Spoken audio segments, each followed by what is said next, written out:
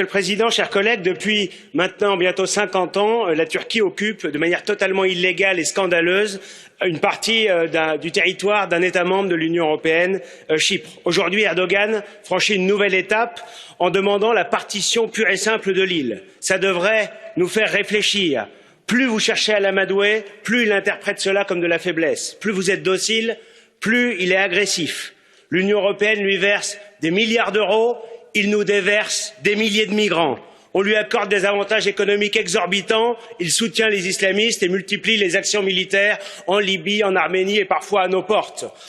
Il faut en finir aussi avec une relation de l'Union européenne avec la Turquie qui est totalement confisquée par l'Allemagne. Madame Merkel a totalement échoué. L'Allemagne est une grande puissance économique, mais elle n'a pas la puissance diplomatique et militaire nécessaire. Et aujourd'hui, c'est un échec qui aboutit à voir notre civilisation européenne, nos nations européennes, s'aplatir devant le sultan d'Ankara. C'est une situation qui est inacceptable.